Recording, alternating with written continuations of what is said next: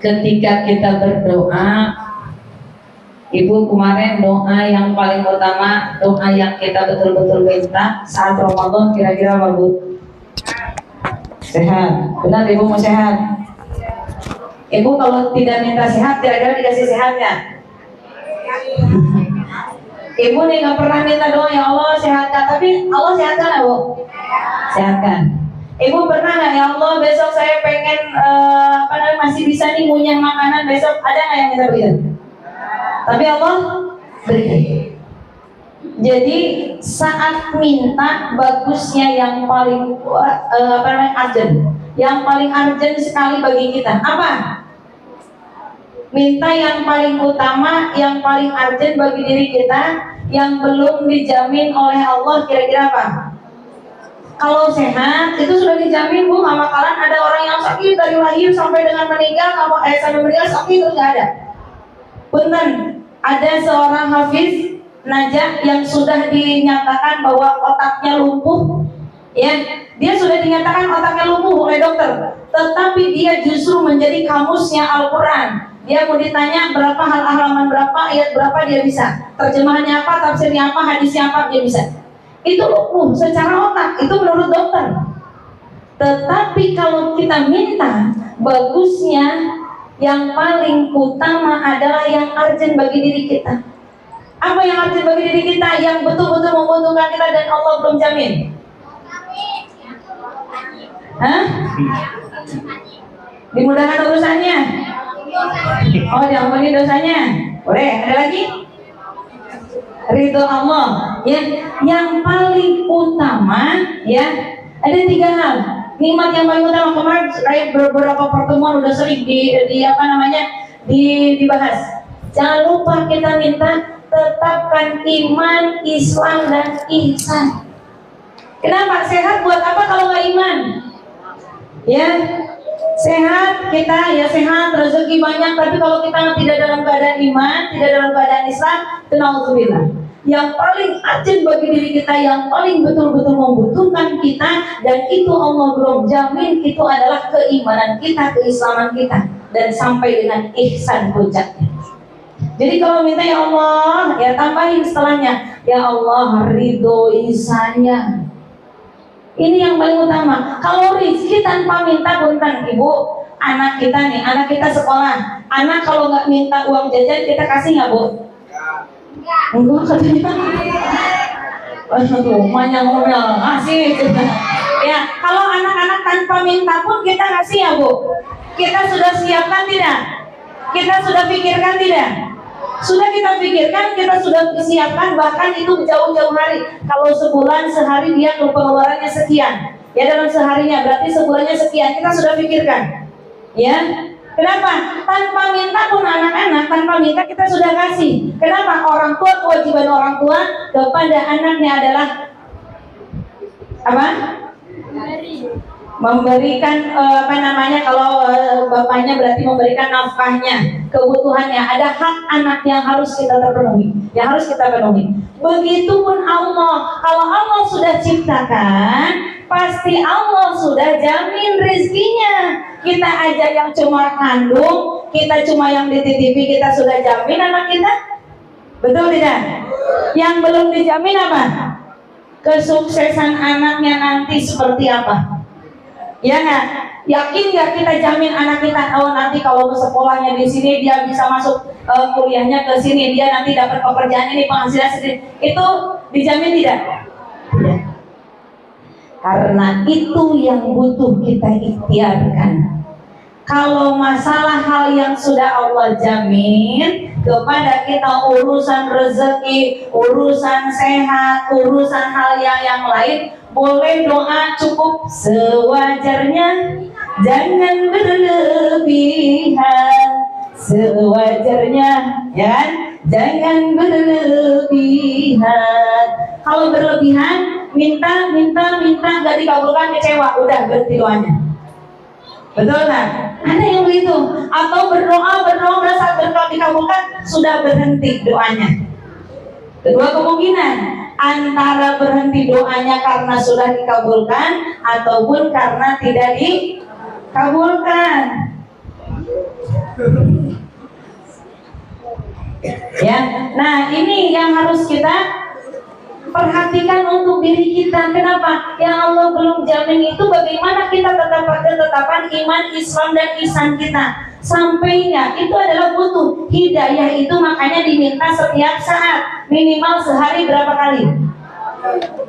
Minimal berapa kali sehari? Hah? 5 kali? Ibu sehari sholatnya cuma 5 kali doang. Baca Fatihahnya berapa kali? 17. Apa jangan berkencang. Kita minta hidayah sama Allah sehari minimal 17 kali. Dan itu wajib sama Allah, diberikan di situ rukun. Ihdinas siratal mustaqim. Kita satu rakaat dan kita nggak bosan mintanya. Kenapa? Karena itu penting bagi diri kita. Ketika itu adalah kita butuh untuk kita. Kadang kala punten. Kalau itu nggak begitu penting bagi diri kita, kita ada rasanya jenuh. Ibu punten, kalau makan nasi ada nggak yang bosan? Ibu dari kecil sampai usia 50 tahun ini bosan nggak makan nasi? Nggak ada yang bosan kan? Tapi ibu kalau lauknya tempel lagi, tahu lagi, bosan ya? Ya, sehari tempel lagi, pagi sore, pagi tempel, siang tempel, sore tempel, besoknya lagi terus sampai sebulan. Kira-kira bosan tidak? Bosan. Kenapa? Karena itu bukan makanan pokok kita. Pokok kita. Begitupun ketika Allah menyuruh kepada kita, doa itu yang paling utama dan yang tidak membuat bosan untuk kita. Kenapa? Karena kita butuh sampai dengan akhir hayat kita. Ihdinas siratal mustaqim, hidayah itu kita butuh sampai dengan akhir hayat kita. Maka kita di sini perlu doanya yang memang betul-betul dibutuhkan oleh diri kita. Seandainya masalah rezeki, ibu boleh minta, ya Allah saya pengen mobil baru, ya Allah saya pengen rumah baru. Saya juga doa Bu, ya Allah bangunan pengen cepat selesai, pengen ada rezekinya tuh. Tapi sewajarnya minta yang terbaik sama Allah. Kenapa? Terkadang kita ada kalanya, bukan ya, ada kalanya kalau kita lagi doa ternyata kita nggak dikabulkan. Takutnya jadi kecewa kalau kita terlalu mintanya dengan apa? Dengan hati yang berharap terus. Allah tuh harus sesuai dengan saya. Khawatir tadi Allah berikan bukan karena itu tetapi karena istidraj. Dan juga saat Allah tidak mengabulkannya, khawatir diri kitanya kecewa ya. Kenapa? Masalah rezeki mah jangan menjadi urusan kita. Coba anak-anak, aduh saya besok jajan gimana ya? Kita marahin ya Bu, kamu ngapain sih urusin jajan besok gimana? Orang ibu udah tahu kamu jajannya berapa sehari, kebutuhan kamu udah, betul nggak? Ya, seperti itu. Jadi hal-hal yang menjadi hak kita, jangan banyak minta. Jadikan yang banyak minta adalah kewajiban kita. Ihdinas siratal mustaqim, iyyaka na'budu, beribadah dulu kepada Allah, wa iyyaka nasta'in, baru kita minta. Kalau sudah diberikan melaksanakan kewajiban, nah insya Allah kita saat minta gak tunggu lama lagi. Ya nggak? Coba Bu, anak-anak kita ya rajin setiap pagi bantuin ibu ya, pulang ngaji, pulang sekolah bantuin ibu. Kita ya lihat anak tasnya robek, lihat tasnya kayaknya udah kurang bagus, lihat pecinya udah dobreng, udah udah nggak pantas ya. Kira-kira Bu, anak tanpa minta kita beliin nggak Bu? Beli. Kenapa? Karena dia rajin, karena dia baik. Begitupun saat kita nggak usah banyak minta punten ya. Kalau sudah levelnya tinggi memang ya, karya para ulama kita lihat saja. Abdurrahman bin Auf, itu adalah setelah zamannya sahabat Rasulullah. Pak Abdurrahman bin Auf itu saat dia menginginkan hartanya habis untuk dikeluarkan, kira-kira Allah menghabiskan atau mengganti dengan yang berlipat ganda? Makin berlipat. Ya Allah, saya mah nggak mau dapat banyak-banyak rezeki, saya mah pengennya sedikit saja, takut hisabnya berat. Semakin dia keluarkan sampai dengan hartanya habis semuanya apa yang dia punya dia berikan. semakin Allah ganti lagi, dia semakin bingung lagi. Sempat pada suatu kisah ya, ada kurma yang memang busuk. Nah di sana dia beli semua, keuntungan nih buat saya untuk menghabiskan harta saya. Ternyata saat dia sudah beli, ternyata ada orang yang membutuhkan kurma yang busuk dengan harga yang berkali lipatnya. Gagal jadi orang miskin. Gagal jadi orang miskin. Kalau kita gagal jadi orang semakin kita ingin kaya, semakin kita ingin punya duit, gagal tidak? Gagal. Makanya pengennya miskin. Nggak mau tapi kan? Nggak mau ya. Yang penting kita ya, ibu mau beli mobil cukup duitnya, ibu mau bangun rumah cukup, mau jalan-jalan, mau haji, mau umroh cukup. Ya, yang penting cukup. Nah ini makanya diri kita jangan terlalu banyak minta, malu.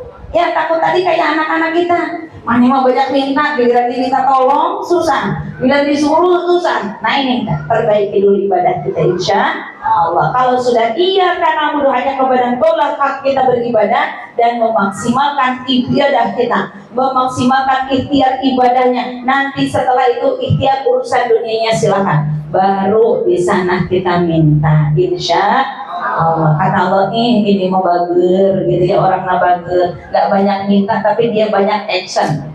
Banyak actionnya apa? PDKT-nya. Ya PDKT-nya sama Allah banyak dia. Sholat tahajudnya, ya sholat duhanya, sholat sholat hifdzil imannya, awabinnya, terus kita diperbanyak, zikirnya banyak. Tanpa Allah, tanpa kita minta pun insya Allah kabulkan. Saya kirim di Majlis Duha grupnya, nanti dicek ya. Hadis tentang bagaimana sholat subuh dan sholat isya. Ya, ini terkhusus juga anak-anak dan juga kita ibu-ibu untuk anak-anak kita. Ya, ini dalam hadisnya saya terjemahannya saja. Keutamaan sholat subuh. Barang siapa yang sholat subuh maka dia berada dalam jaminan Allah. Saya ulangi.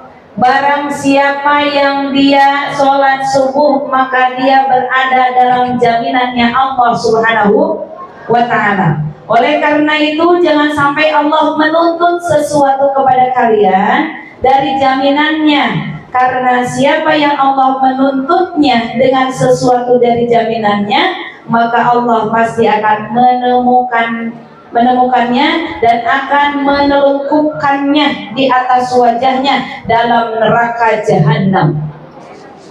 Perhatikan, soleh bager. Nah, nih remaja, subhanul yaum rijalul.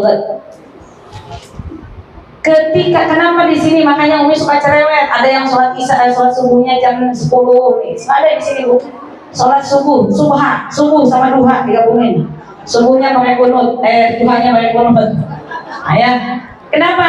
Ini ya, kalau kita ingin anak-anak kita soleh dan soleha, dunianya terjamin, maka sholat subuhnya. Di sini tadi Allah akan menjamin ya kehidupannya. Allah akan memberikan kehidupan yang luar biasa, yang istimewa. Maka sholat subuhnya dulu dilihatkan dulu, kelihatan. Dan apalagi kalau sholat subuhnya bisa berjamaah. Ibu jangankan sholat subuh, sholat sunnahnya aja. Sholat sunnahnya nih ya, kita lihat aja. Belum sholat subuh, belum masuk ke sholat subuh. Sholat sunnahnya aja, sholat fajar lebih baik dunia dan seisinya. Lebih baik dengan apa? Dunia dan seisinya nggak apa-apanya dibanding dengan sholat fajar atau sholat sunnah.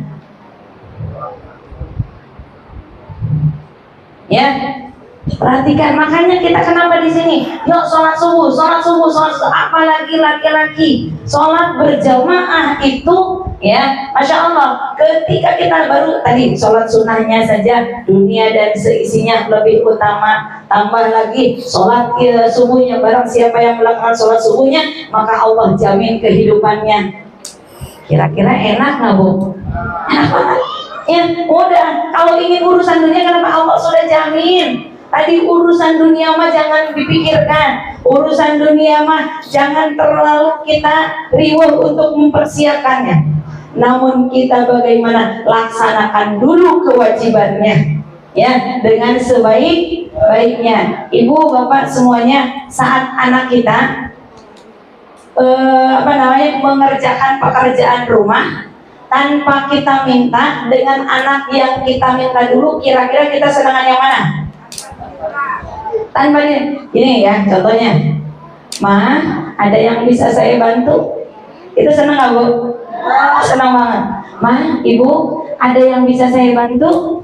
Gitu kan? Berbeda dengan kalau kita gini, nah tolongin Ibu, tar dulu nanggung. Nah tolong Ibu nanggung ini tolong. Iya sebentar. Ketiga kalinya kita makin kencang. Sabar nama Ma. Kan ada anak-anak begitu. Anak bensinnya enggak. Hati-hati ya. Kenapa? Ini kadang ketika diri kita ada rasa kecewa kepada anak kita. Cuma saya minta tolong, padahal mah saya udah ngasih uang jajan dia. Ibaratnya begitu ya. Kita udah ngasih uang jajan dia, kita udah menjamin anak kita itu bisa sekolah, bisa makan sarapan dengan nyaman, makan siangnya, makan malamnya. Kita sudah persiapan. Kadang kita ada kecewa. Begitupun saat kita hablum minallah. Saat kita hubungan dengan Allah, jangan tunggu disuruh dulu. Makanya ketika terdengar ya minimal Ibu, ketika nah tolongin Ibu, iya siap, udah senang gak Bu? Ya, tapi lebih senang kalau tadi ada yang bisa dibantu. Itu hati kayaknya lapang banget kalau anak dengar anak seperti itu, ya nggak? Bahagia. Padahal kadang kita jaim-jaim, udah nggak apa-apa Ibu bisa kok. Ya kan suka begitu ya, kadang gitu. Udah kalau udah bentar lagi beres, kadang gitu Bu. Ya kan saking senangnya, padahal saking senangnya itu, ya kan, bukan karena nggak mau dibantu, saking senangnya dengar anak seperti itu.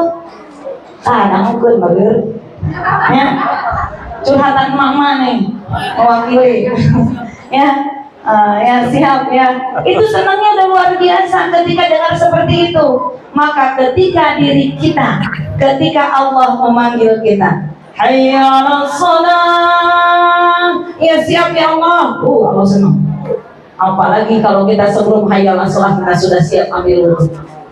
Itu yang Allah akan jamin. Apalagi subuh yang begitu berat, yang begitu sulit kita untuk bangun malam, terkadang godaannya itu udah melek, merem lagi, udah melek, merem lagi, 5 menit lagi, 12 udah bangun pengen ke kamar mandi jam 3 tuh, ya, masih malam jam 3, tar dulu deh ngegoler dulu, jadi setelah ngegoler 5 menit aja, ya jadinya 5 jam. Ya terkadang itu kan godaannya di situ, ya. Maka diri kita insya Allah kita maksimalkan dulu. Yuk kita hablumin Allah. Bukan berarti tidak harus usaha, bukan. Untuk kita harus ikhtiar, ya, harus ada usaha. Makan aja mie instan saja harus diseduh, harus dimasak. Itu mie instan, bilangnya mie instannya. Tapi kalau anak kita makan mie instan langsung dikeremus apa? Langsung dimakan. Nah, nggak boleh, nah itu nggak baik. Mie harus dimasak dulu kan, biasa seperti itu ya. Nah begitu pun diri kita harus ada ikhtiar. Maka jadikan bahwa diri kita hablum minallahnya kita maksimalkan. Kenapa? Kembali lagi, urusan dunia mah Allah bagiannya. Ya, kayak anak-anak urusan sekolah mah nggak usah mikirin, urusan jajan mah nggak usah mikirin. Kenapa? Itu mah urusan orang tua. Begitupun diri kita sebagai makhluk, urusan rezeki mah urusan Allah. Cukuplah kita ikhtiarkan dan kita memenuhi kewajiban kita. Satu lagi, hikmah untuk sholat isya-nya. Sesungguhnya sholat yang paling berat dilaksanakan oleh orang-orang munafik adalah sholat isya dan sholat subuh. Kemarin masih ingat nah, orang munafik itu apa? Satu, kemarin sore sama Umi. Satu, ketika dia berkata selalu semua itu bohong. Mana yang ya, ketika dia berkata selalu berbohong. Yang kedua, ketika dia berjanji dia ingkar. Ketiga, ketika Diberi amanah dia ketika dipercaya dia. Tiga ciri orang munafik ini. Kalau Abu Lahab, Abu Lahab itu baru menjadi kayu bakarnya.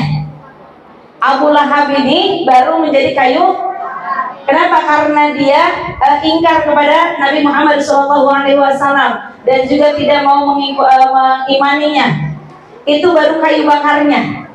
Tetapi bagi orang mukmin ketika dia munafik bukan kayu bakarnya lagi, tetapi fid-darqil asfal. Innal munafiqina fid-darqil asfal. Keraknya api neraka. Keraknya sama kayu bakar panasan mana? Gehengan mana?